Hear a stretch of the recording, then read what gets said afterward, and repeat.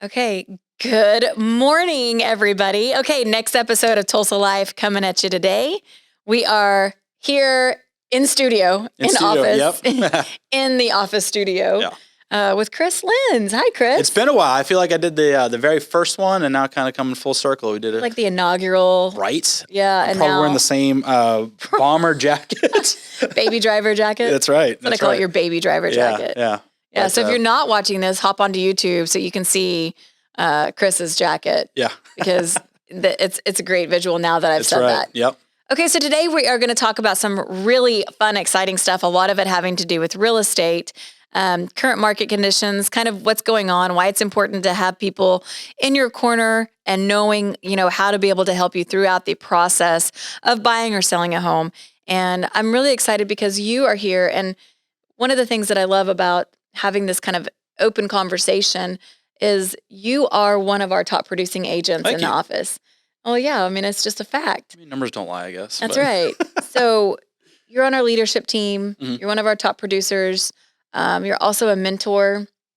You actually just came back from doing some training with our team this morning. Yeah, really good training too. I was happy we got it done today. Yeah, and those are the things that I think that most people don't understand that we do, and that a lot of agents don't do. And so when we talk about sharpening your saw, keeping your tools and understanding the market and really staying sharp is really important. Yeah. We don't want to just go through the motions at ECC. We really want to make sure that these agents are well equipped and prepared in the market to help their clients buy or sell multiple transactions, get referrals, and that's how we build our business. And I think by doing the extra training that we're kind of hopefully separating ourselves to be the experts in our industry, to show that we have the know-how, the knowledge to really set ourselves apart. And how important do you feel like it is to have ongoing training because of market changes and shifts? And I think that agents that are still learning or doing things the same way that they did it 15, 20 years ago, right? Yeah. It isn't relevant. It isn't. And it's really setting themselves back because real estate is moving really fast now. It's not one of those situations where even 5 years ago when I was in real estate, it was completely different then, where I would have 30, 40 houses I could go show a client, and 2 weeks later, 30, 40 houses that they looked at are still there. Right. And now it's like, hey, you want this house? It's going to be gone tomorrow. And we need to move fast. We need to get... So is that what you would say the biggest shift that you think of when you think of the shifts from when you started, 5, 6... How long have you been in the business? It's been 5 years. Okay, so 5 years ago, even from 5 years ago to now, biggest change that you've seen? It's been the speed of the transaction. That's a great one. Yeah, it's been the speed of the transaction. The verbiage on the transactions is second after that, because there's been a lot of things that we've had to adjust to be more competitive that we weren't using 5 years ago. So when you say verbiage, are you talking about techniques for contracts, Yes. like different things that you can do to make your contract appealing? Yeah, whether it's appraisal gaps, whether it's escalation clauses, higher escrow amounts, as-is contracts, different things like that you can really compile to make a really strong offer. Before, you could like, hey, Mr. Seller, here's a house, $20,000 off list price, and we need closing costs, and also we're going to want you to fix everything on the inspection report. Okay, so that's a great thing too, and to kind of slow it down just a little bit so we're not losing people with things talking about appraisal gaps or escalation clauses. Let's back this up a little bit. Every market that we're in, people love to say and ask us, is it a buyer's market or a seller's market? And I think that all the time we get asked, is it a buyer's market or seller's market? Mm-hmm. It depends. Are you a buyer or seller? Exactly. Because I really believe that a buyer's market and seller's market has really kind of balanced out at this point. It has. Where if you're a buyer who's looking for a home, you have opportunity. We've had great interest rates, which has really made it appealing for buyers to come into the market. Affordability has been amazing, which has opened up opportunity for sellers to be able to say, there's a lot of buyers, so now I want to sell my house. And it's not necessarily, in my opinion, like a really big shift of supply and demand. Yeah, I think it's kind of leveled off, especially post-pandemic. Things were just crazy. Everything was, we all know interest rates were super, super, super low. So you had a lot of people that weren't in the buyer pool now in the buyer pool, whether it be renters or people like that. And so it drove the inventory really low. So houses that came in the market went really high. And now, because post-pandemic, things have kind of leveled off where it's like, hey, now there's some inventory. People don't have to make like a rash decision. Still got to make pretty quick. But they can say, hey, I've got more options. I can look at this house or this one. And it's not like, oh, man, this is the one house that's opened up in this neighborhood in the last 2 years. I got to get it. Right. Okay, so let's play a little game. Okay. Okay, it's going to be agree or disagree. So if a house is priced correctly, it will sell quickly. Absolutely agree. Okay. If a house is overpriced, it'll sit on the market. Yeah. It'll. No, just agree or disagree. Okay. Come on, Chris. I agree. I don't know how to play this game. If a buyer asks for closing costs, they will not be able to get a home under contract. Disagree. Very good. I'm liking this. I had to think about that one for a second. I'm making this up as we go, so it's just like kind of like a funny thing. Okay, if a buyer goes in lowball offer, they will not be able to buy a home. Disagree. Very good. So if a buyer offers market value, they will be able to buy a home. Always. Disagree. I know. I'm going to put in that caveat there because I think that people always want to put everything in a box to say you can't get closing cost, or you can absolutely get closing cost, or your house is going to sell super fast, or your house isn't going to sell at all. All of those things go back to what we originally kind of said. Why is it so important to have a real estate advisor, somebody who can walk you through that entire process? Because you and I could have the same exact home, same floor plan, same neighborhood, same builder, same finishes, and my house might not sell as quickly as your house might sell, and it might come down to only pricing. Yeah. It might come down to only staging. Yep. It might come down to only which lot in the neighborhood you sit on and I sit on. Every single house is going to be different. Yeah. Even if you try to make them look identical. And that's one of the things that, we look at all the time is comparable properties or appraisals. And, comparing your home to somebody else's home, there's always room. Yeah, a lot of variables. A lot of variables. Yeah. So when you're having somebody either help you buy or sell a home, it's so important to be able to know how do you navigate, how do you get the best advice to be able to make sure that you are hitting your goal of whatever that is. And that comes full circle, I think, with all the training and things that we're doing. We're trying to make our agents the best advisors for their buyers and sellers, so that way they feel like they're not in an unknown, that they're being guided and led in a way that's going to like help them sell their house for the highest amount of money. That they're going to help buy that house for a value that seems fitting for their budget, whatever it might be. And so we're really big on pushing that with our agents of being the best advisors and in our market. This is the other thing too that I think is really cool and special that our team focuses on, and one of the things that we train on all the time. And I'll say one word, and then I'm going to let you say what that means to you. This is agree or disagree again? This is not a agree or disagree. I'm just going to say the word, and then I want you to say what that means for our office. Yeah. Discovery. Highest importance. I honestly, and I emphasize discovery with my buyers and sellers. I need to know, what are their motivations? Why are they buying this house? Why are they looking in this area? Why is this important to them to stay in this price point? And why are you selling? Why are you downsizing? Why are you relocating from Denver? Those are questions that help our people just end up just trusting us more, because they feel like we're asking the questions to really get to know who they are and what their motivation is. It's not just this transactional thing where it's like, okay, we're going to sell your house and that's it. We want to know why they're doing what they're doing. I love that. So I don't think I could have said it better myself, but one of the main focuses that we have with our team is really looking at our clients and saying, how do we help you? And why are you wanting to do this? Because it's not easy to buy and sell homes. No. Like that's not something that people do frequently. It can be really, really stressful. It can be a very stressful time, and everybody's reason is different. Yeah. There are some reasons that are super fun. Like Philip just bought a house because he's getting married. And soon it's going to be their first home together as a family. And those are the really awesome, special, exciting, fun things. But then there's also times that on the flip side of that, there's been death or divorce or, just different reasons that people, even if they weren't choosing that, it's what they need. Yeah. And how do we take that need and identify that and then help them go through that process Right. in the easiest way possible? The other thing is I also believe that motivating factors, they really drive how people buy and sell homes.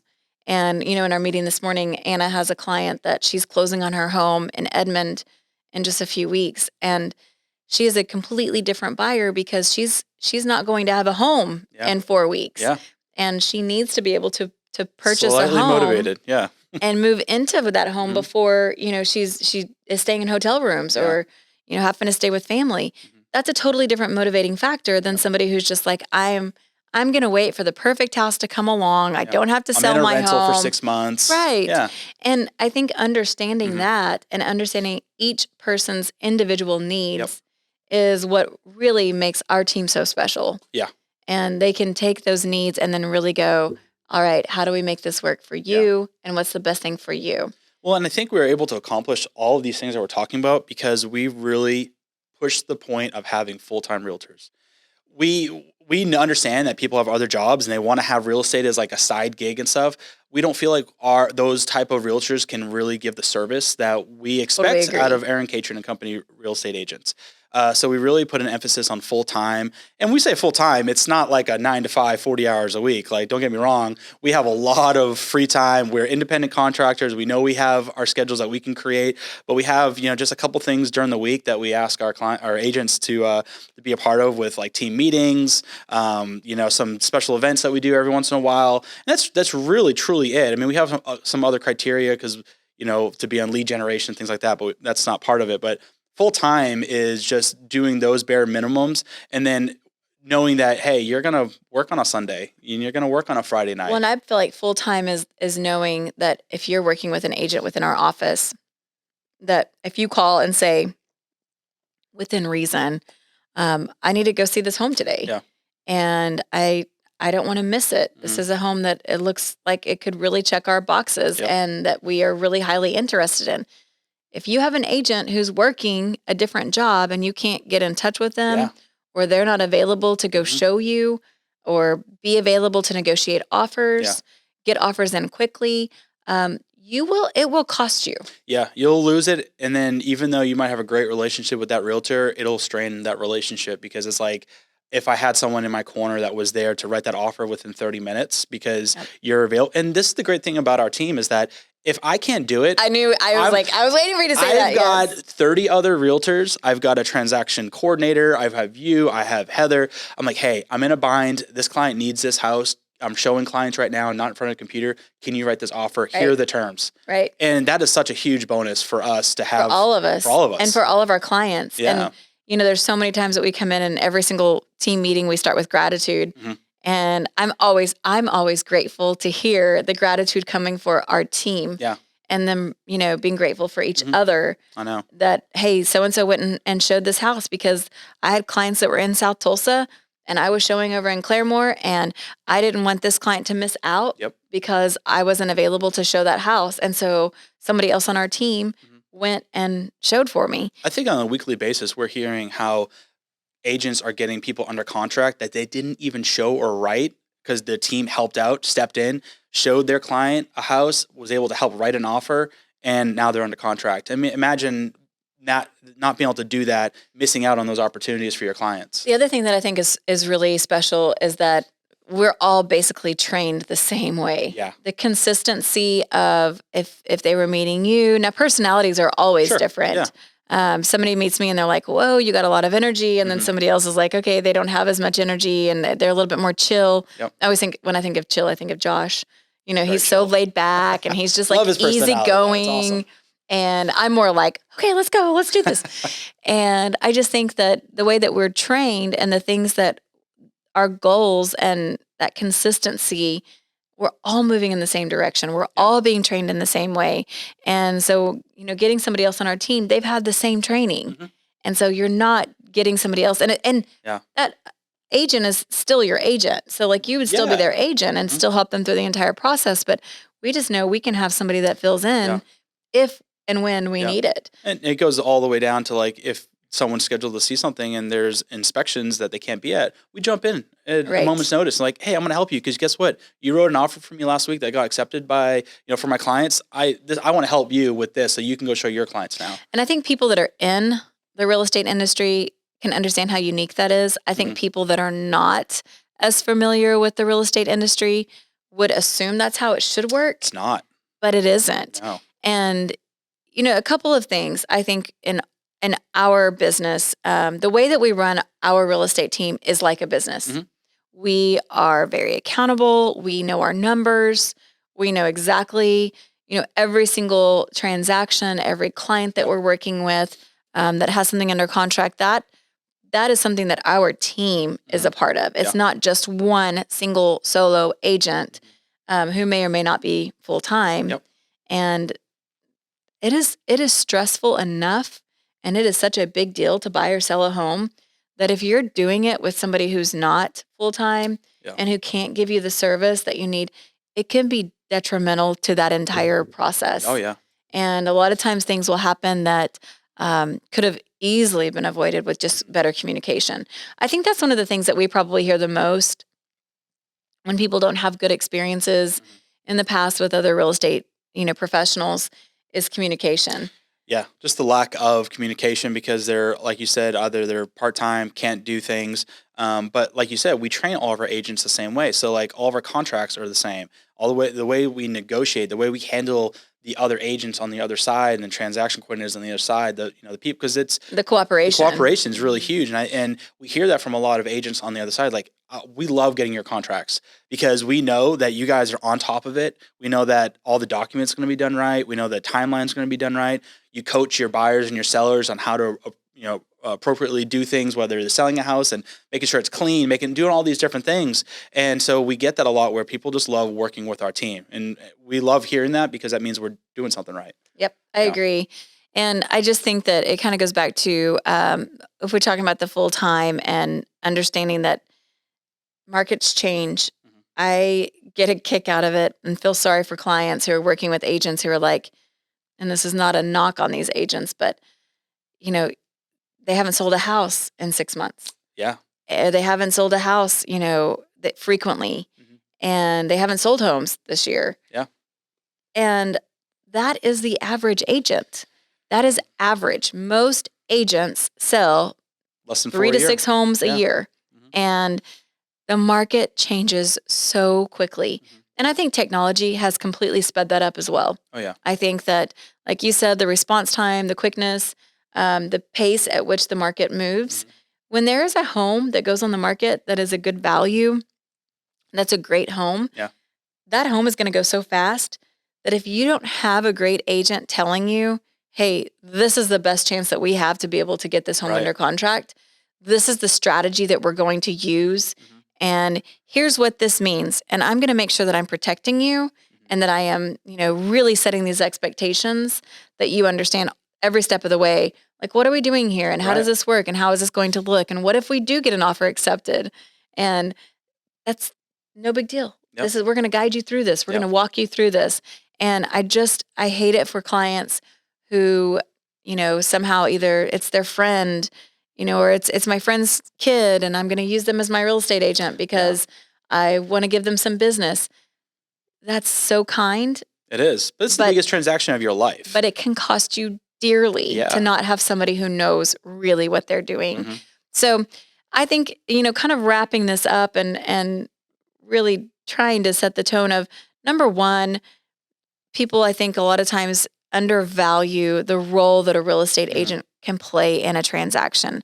And so many times, people are looking at the big picture of, oh, it's a commission and this is a piece of the pie that you're getting. Well, by the time that pie is sliced up so many different ways, especially, on our team, we have so many layers of support that, we slice that commission. We really divide that commission up by multiple people for every single transaction. And that's because we want to give exceptional service to our clients. And so I think that people have this big idea that Chris is making this entire commission. Well, no. First, it's split between the listing agent and the buyer's agent. Then after that split happens, then it gets split between the brokerage and the agent. Then that split happens, and it also gets split for the different referrals that go out for Yeah. each things that we use. Not to mention the cost of doing business. Mm-hmm. Oh yeah. How much is your time worth? How much is, I mean, Yeah. even shoot, when gas was really expensive too, there were some transactions we'd lose money on. No joke. But I just think it's important to understand the value that they bring that can offset that commission easily. Yeah. And not even that, but what is the peace of mind worth? What is the feeling of knowing that you can have confidence in having an advisor, having somebody in your corner who is really helping you through that entire process? So at the end of the day, find a great real estate professional, find somebody who understands the market, who understands the market as it changes day to day, and that is using the technology, is using all of the strategies that are available for buyers and sellers. And make sure that you really have confidence in that person. Ask the right questions. Yeah. Are they full time? Is this their only job? I think one thing that I used to always love about you and Heather is that you would tell people, like, if I don't help you buy or sell a home, Mm-hmm. and I don't sell any homes this year, my family won't eat. Yeah. I mean, that's our sole income is real estate. We don't have anything else. I'm not working on the weekends or at nights bartending or something like that. Real estate is my full-time career, and I treat it as a full-time career to make sure that I'm giving my clients the utmost value, because I want referrals, I want repeat clients, and I feel like you get them because you do a great job. Yeah. So ask the questions, make sure that you understand who you're working with, what role they're going to play. Ask the questions about the strategies. I know we talked, and this is a short podcast episode. We can't get into all of it today, but the different strategies that Chris mentioned, that a lot of you are going, I don't even know what that means. Make sure you have an agent that does.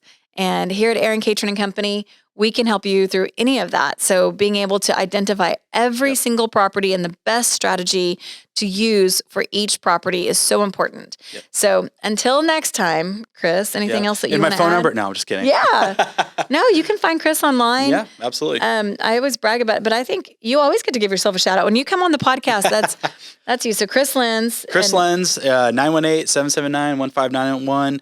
Chris at thecatronteam.com. Love to help you. There you go. All right. Until next time. All right. Thanks.